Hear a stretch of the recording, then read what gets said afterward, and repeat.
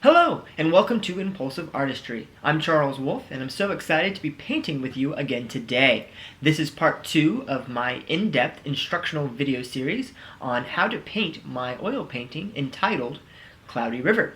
We will be using the palette knife extensively in this video, so have it handy, get it ready to go. And we will also be working on the riverbank as well as the tree trunks and branches in this video.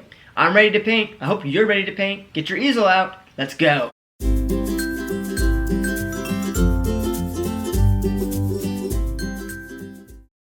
Okay, let's keep going with this beautiful little painting. As you can see, in part 1, we completed the sky, the clouds, as well as the cloud shadows, and the background color on the trees, those foliage there.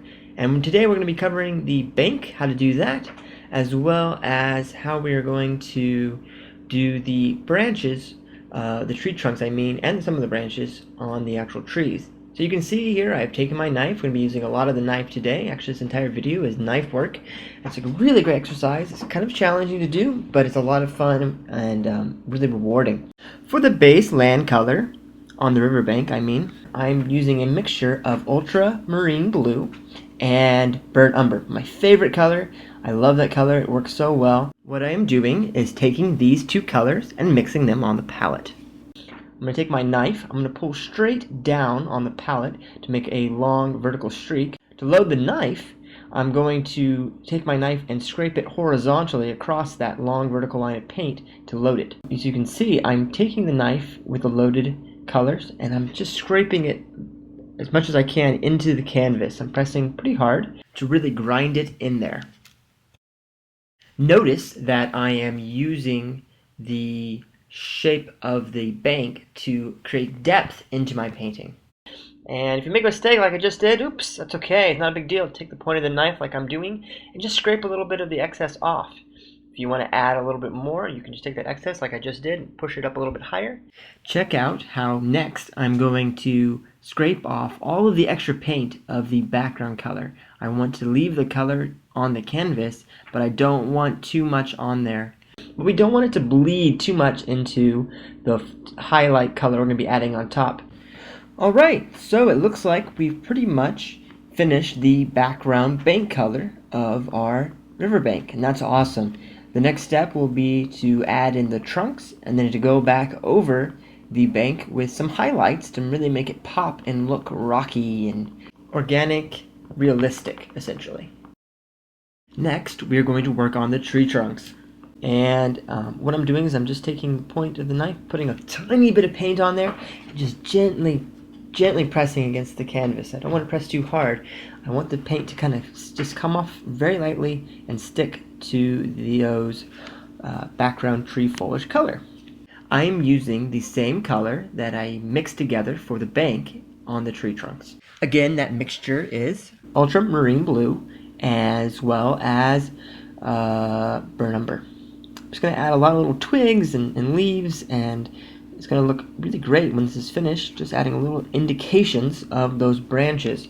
So when we go in and add the highlight color of the foliage, the light hitting the tree leaves, the branches will be sort of hidden partially underneath, which is realistic. What it looks like when you look at trees, you'll see that you can kind of see the trunks in some spots, especially near the bottom, but when you get higher up, you will only see parts of it. We want to simulate that by putting in the trunks completely and then putting the highlight color on top so that you get some of the leaves blocking the trunk and you can't see it. Okay, so I'm pretty happy with this. As you can see, I was careful not to cover up all the white. I didn't want like a solid line of bank from left to right.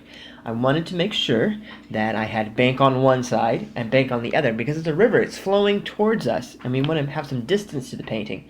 So I kind of followed that line of trees outward on the left-hand side in the middle there so that it looks like the riverbank is falling away from us.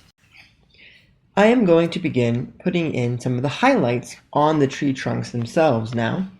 The highlight color is a mixture of burnt umber, lightened up quite a bit with some soft mixing white or even titanium white work just as well.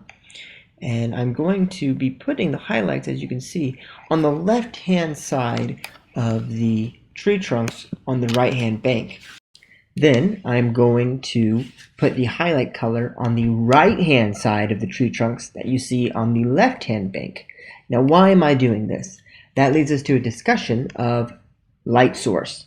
What is a light source? Well, in this painting, because it's an outdoor painting, the light source in this painting, of course, is the sun. And the sun is probably oriented based on the clouds. You can see those cloud highlights in the center there. They are happening mostly on the left upper part of the sky, and the sun is shining down either directly above us or perhaps even behind us. It's going to shine down and it's going to create highlight colors on the riverbank, as well as the tree trunks and the highlight color of the trees. As you can see, as I move ahead, I'm taking just the end of the knife to lay in the colors. While I'm looking at this, I noticed that the tree trunk that I'm working on right now on the left-hand side of the bank, where I'm adding in that highlight color, it looks like it's a little bit too wide. It's too thick compared to the other ones and compared to the size of the background foliage color that I have laid down. So it's just not working for the painting. If this happens to you, don't panic. It's okay. All you have to do to fix it is take a clean part of your knife and scrape some of the excess paint off to get back to that foliage color underneath. Okay, now I'm going to add a little bit of yellow ochre to the tree trunk to give it an earthy tone, kind of branchy. And I'm going to mirror that color in the highlight of the riverbank right underneath the foot of that tree. So the light is going to be above us. It's going to bounce down at the water, hit the riverbank, and then bounce on and hit the tree. So I'm thinking about this when I'm adding that yellow ochre. Okay, we're going to move on to actually putting in the highlight colors on that bank. Now, I start here and I realize that's not going to work. I began pulling downward, straight down, and my hand was running into the bottom of the easel, which is not going to work at all. So I had to change direction, but I think it worked just as well to go to the side, and it gave me a nice rocky texture. Had some nice gaps and breaks into that paint on the right-hand side there. It looks fantastic. The paint color is the same as the mixture for the highlights on the trees, and that is a mixture of burnt umber and white. I may have snuck in a little bit of yellow ochre as well. I added pure white on top. That was because it wasn't white enough. I normally don't do that, but because I needed to change it, I decided to mix right on the canvas. As I mentioned, the sun is directly above, so it's really going to hit those rocks and just glimmer and shine. So knowing that, I decided to add more white. Now, what's the technique? Well, I'm going to take the knife. I'm going to find a direction which I can pull steadily without being impeded by the bottom of the easel or a chair or whatever. And I decide to take it, and I'm going to just press it gently to the canvas, and slowly and very, very, very lightly, that's super important, so that you get some nice breaks in the paint. Pull it down or across or whatever direction. I'm not going to always pull it the same way. I'm going to kind of vary the directionality of the movement of the knife so that I get some texture and changes and variation. I'm not going to leave that right hand bank quite so white. It's a little bit too white. And as you can see on the other side, I've gone a little bit to darker on the left-hand side than the right-hand side. Now I'm taking a little bit of that yellow ochre. Again, I'm using the yellow ochre to create some earth tones. You really need some earthiness to that riverbank. As you can see, as I mentioned before, I have mirrored the yellow ochre in that left-hand tree trunk by putting it into the bank. And as I said, the light's going to hit the bank, bounce off, and hit the tree. So there's going to be some of that color in there. And I've added a touch more on the left, and I'm going to begin working with this a little bit so that I can get it to look like a rocky shoreline. To achieve this effect, I'm going to be using some more of the dark background riverbank color, which is made out of ultramarine blue and burnt umber mixed together, kind of a dark blackish color. Okay, just tapping, just putting a little bit here, a little bit there. I want to make sure that it looks good, looks fairly realistic. Notice here that I'm going to be taking the bottom of the knife and I'm going to start scraping to the side, kind of cutting in and giving definition to the bottom of that riverbank and the reflections in the water. Watch this, straight down, cutting into it, and it's starting to look like a reflection as I drag it down. As you can see, I don't have very much paint on that knife. I'm mostly just taking the paint that's above and pulling it downward. One thing that's really going to help is when I add the highlight foliage color onto this bank, I can go back over it and take a little bit of the greens and the things that are happening with that, and I can take them and I'm going to have them sort of grow into the riverbank itself and kind of blur the edges of where that riverbank stops and starts. I think you'll get the idea of what I'm talking about once we get to that part of the painting. Adding a bit more highlight, just playing around with it, a little bit more of the dark here, just trying to get it to look a little bit more rocky and less even. We don't want to have even coats, we want to have it broken and changed. So I'm just still messing with it. I'm going to mess with it a little bit more to get it to look the way I want it to. You can't see the light without the dark. That's super important to remember whenever you are painting anything, particularly landscapes like this. Please note that between each layer and new color that I'm grabbing, I'm always taking and scraping my knife clean. I don't want the colors bleeding into each other too much, and I'm going from one to the other on my palette down below where you can't see, and I'm wiping off my knife. You can use paper towels for this. You can use an old dirty rag. You'll see one that is pictured up on the right hand side of the frame. You can see on the table back there next to that pot, I have one for cleaning my knife off. Okay, next I'm going to add a little bit more of that riverbank highlight color, the light brown color to it, a little bit of white mix in there, trying to give some shine and sparkle from the sunlight.